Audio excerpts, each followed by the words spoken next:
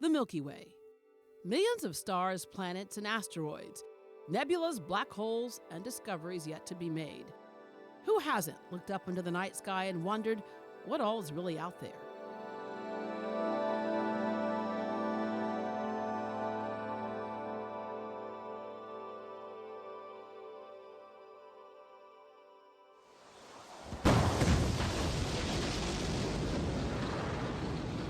NASA, the National Aeronautics and Space Administration, turns ordinary humans into the astronauts, engineers, and creative thinkers who have been exploring the mysteries of the universe for nearly 60 years.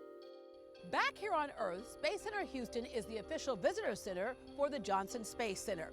Hi, I'm KHU 11's Deborah Duncan. Inside this building is one of the few places in the entire world where the history of human space exploration comes to life. Check this out. With more than 400 space artifacts, exhibits, attractions, and theaters, there's no limit to how far you can stretch your imagination as you trace the history of humanity's adventure into space.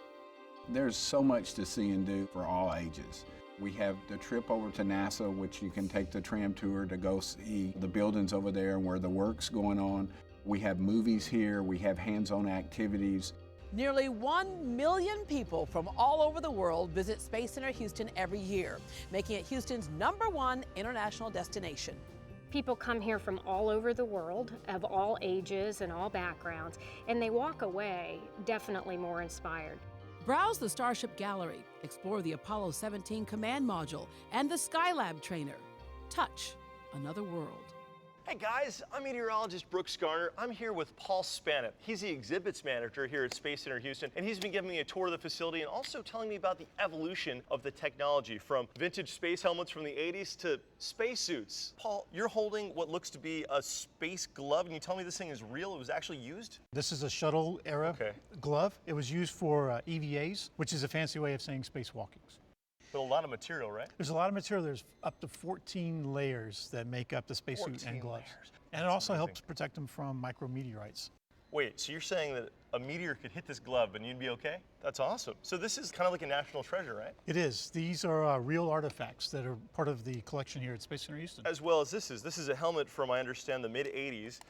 It's a little hard to hear. Can you hear me okay? I can hear you. That looks pretty cool. Now, Paul, I've always loved robotics. Tell me about this one. This looks like a real throwback from maybe, what, the 80s or 90s? This robot is from the early 90s. Was this actually in space? This one was never designed to go to space. DART stands for Dexterous Anthropomorphic Robotic Test Bed. Fast forward, right? This looks a little more contemporary. Robonaut 2 is one of those members that's up on the space station right now. Robonaut 2 is a lot smarter. It has 14 degrees of movement in its arms and wrists. Robonaut doesn't need a pressurized suit to operate in. It's a lot smarter for the robot to go outside. It's less dangerous. And then the astronaut can be on the inside operating it. This is awesome. Listen, I think this is like a 12-year-old boy's dream. I'm living it finally in my mid-30s. Space Center Houston's education-focused exhibits explore problem-solving concepts, career paths in space, science, technology, engineering, and math. We've got some amazing programs for students that include Space University, Camp-Ins, Space After Dark. We have the Diva Design, where we have girls come in and use the astronaut food for recipes, or do robotics, or maybe some fashion design with their robots. You'll also find examples of innovation from NASA's space shuttle era. The whole idea of having a shuttle was conceived right here in Houston at Johnson Space Center. 8, 7, 6. The space shuttle program helped humanity take giant leaps forward into space. So you go from 0 miles per hour to this final speed of 17,500 miles per hour. 0 Mach up to Mach 25, which is 25 times the speed of sound. The vehicle is upside down until about Mach 13, and then at Mach 13 is when it rolls heads up. Flying a total of 135 missions, the space shuttle carried hundreds of astronauts into orbit, allowed us to launch large pieces of equipment, and docked with the International Space Station. Being in space is an amazing experience. The opportunity to go back out of the planet and then look back on Earth and see the blues and the whites and where we as a human race live is a once-in-a-lifetime experience. When the shuttles were finally retired in July of 2011, it marked the end of an era. The shuttles themselves were granted to museums around the country. Once we got the word that we were not getting a shuttle that actually flew, we were very disappointed. But it opened a bunch of doors for us and opportunities. We went to Kennedy Space Center and asked if they would give us a replica of the shuttle, which they did.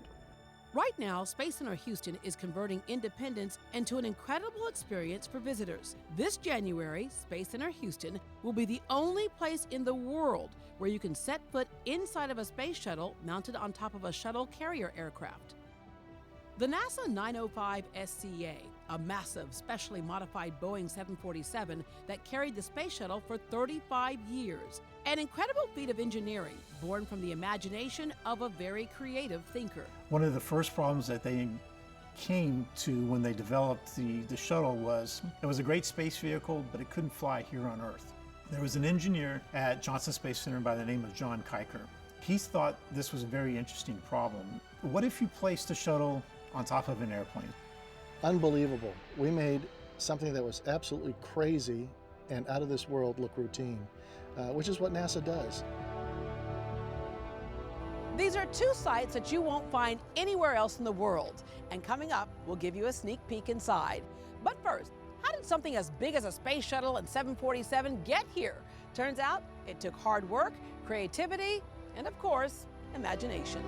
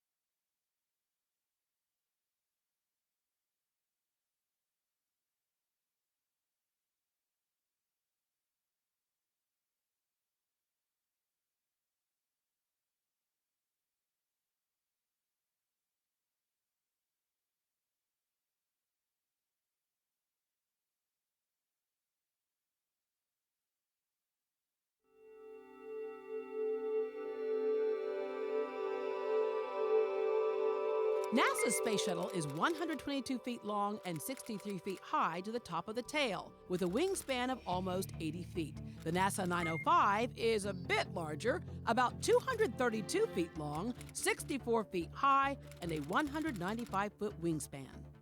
They made significant modifications to this plane. There are 3 struts, for example, that the shuttle's mounted to on top of the 747.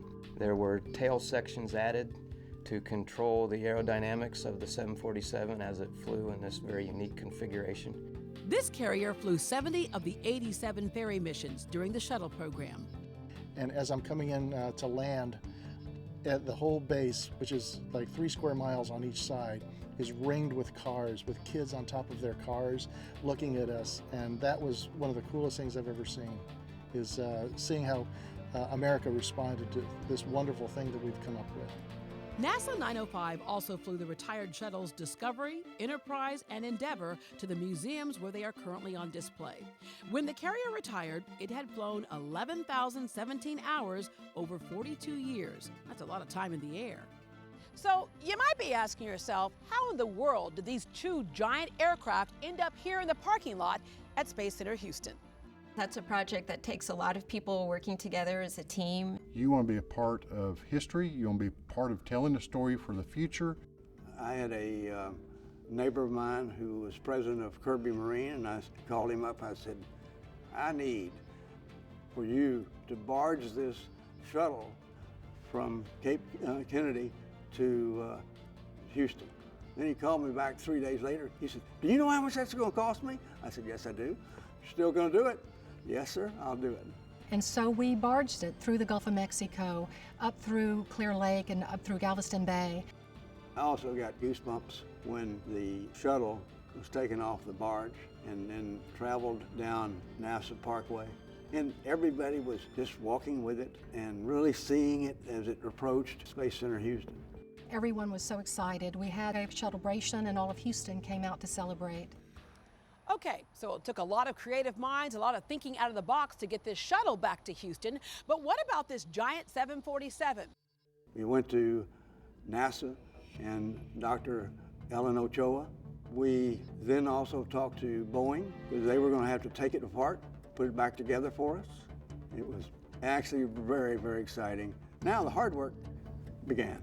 It came to Ellington Field. That's about 7 miles away from here. We have an organization that's called Aircraft on Ground, and they're experts at disassembling and reassembling things like the shuttle carrier aircraft.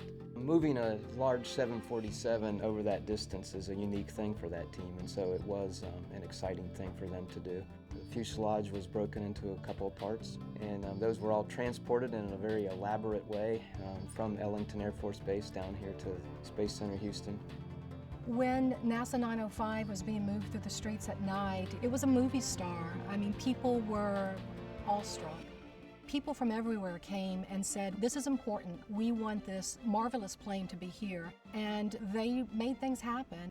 After 3 days of hard work and unbelievable accomplishments, the 747 was finally reassembled and Shuttle Independence was attached to the top. The next challenge was turning it into a museum exhibit. It is a world-class exhibit, very unique. No one else has this type of attraction. Folks will be able to enter both vehicles, and that's a fascinating thing to see. And it's just a really unique image of the incredible nature of the shuttle program to see those two vehicles together. You know, the saying, everything is better and bigger in Texas. Well, let me tell you, it is. And now, here they are, two incredible pieces of technology with two incredible stories behind them. And believe it or not, this 747 still works. Independence Plaza is truly a sight to behold. Standing next to it, you really get a sense of the scale, the innovation behind these incredible machines, and bringing them to Houston for all of us to experience. When we come back, KHOU 11 Chief Meteorologist David Paul takes us inside Independence Plaza.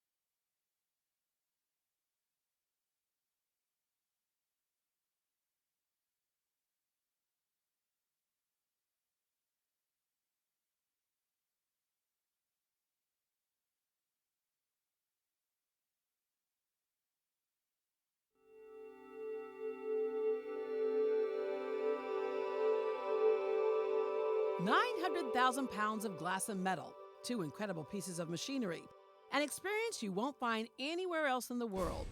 This is Independence Plaza. Fasten your seatbelts. We're about to open the hatch and give you the first look inside.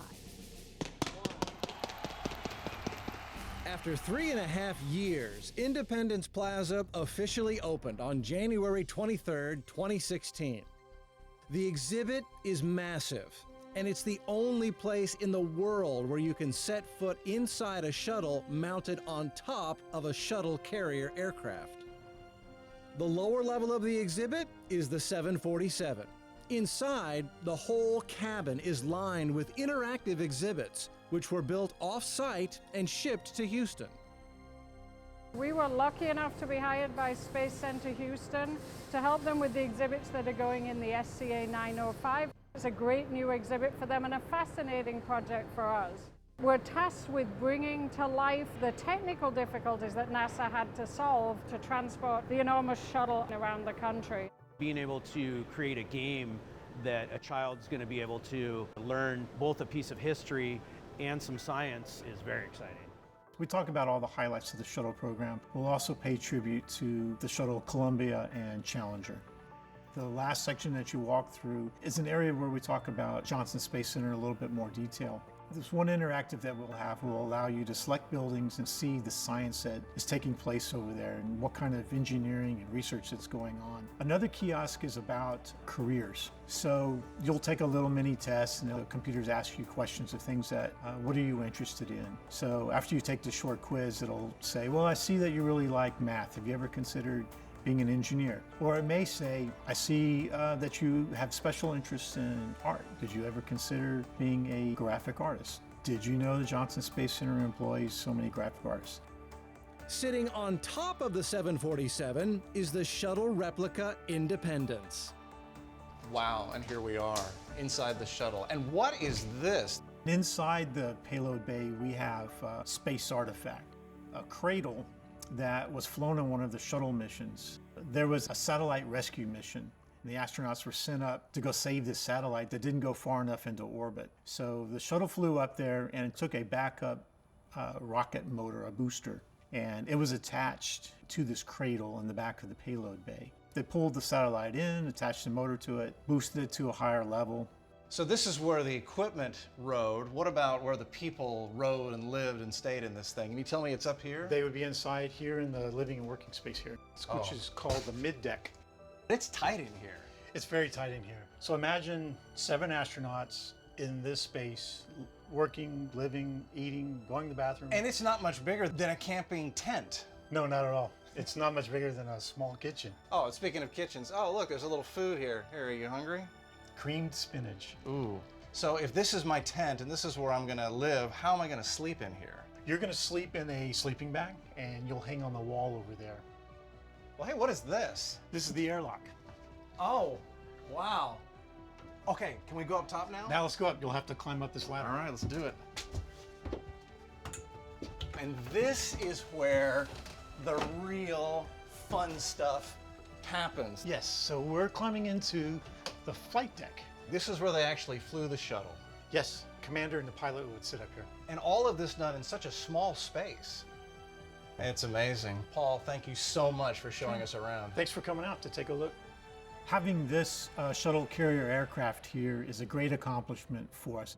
Independence Plaza is really, really important to Space Center Houston. It is the biggest project that we have done since we opened our doors in 1992. Our hope is that when you leave here, you've just got a better appreciation of the accomplishments of the shuttle program. You've seen the crown jewel of Space Center Houston, but this definitely is not all that Space Center Houston has to offer. Coming up, how the creative minds inside this building are inspiring the next generation of space explorers.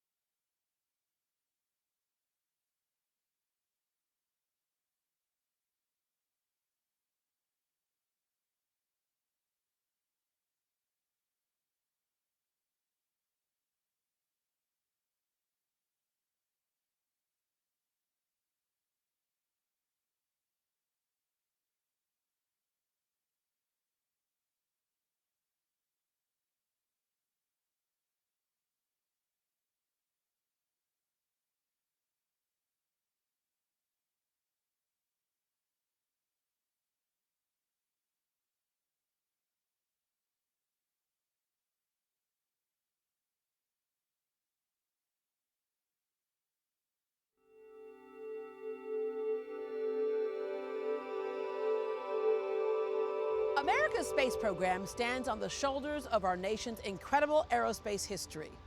100 years ago, we as a human race were jumping off of sand dunes trying to figure out how to fly, and now here we are traveling at 17,500 miles per hour. And we accomplished that in only 100 years. And that excitement, the idea that we can go from 0 miles per hour to 17,500 miles per hour orbiting the Earth, happens because we have people that get excited about STEM.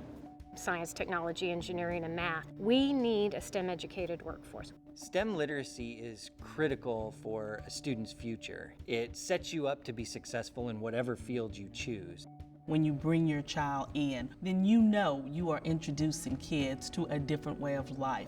They may not have ever met an engineer. They may not have ever thought about the space shuttle, but to be able to come here and touch it and feel it and see it, that's life-changing. And the earlier we introduce that to children, the better. Our adventure into space started with curiosity, and that curiosity continues to drive the innovative thinking about our future in space. If you imagine where aviation was 100 years ago, nobody would have imagined the airline industry that exists around the world today. I think that's where space is now.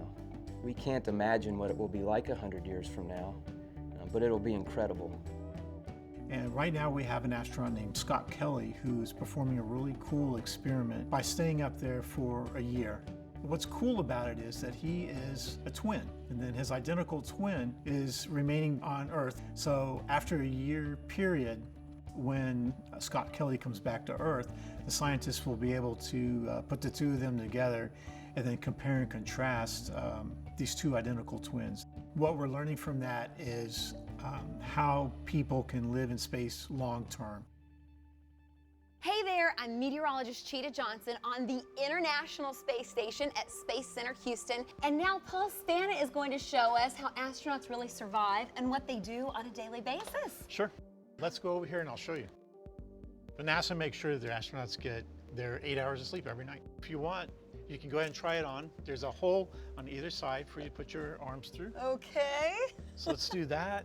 And then to keep you from floating around the space station, we're gonna secure you in there with the zipper. That way, you're gonna stay put and you're not gonna fly around and bump into anybody else.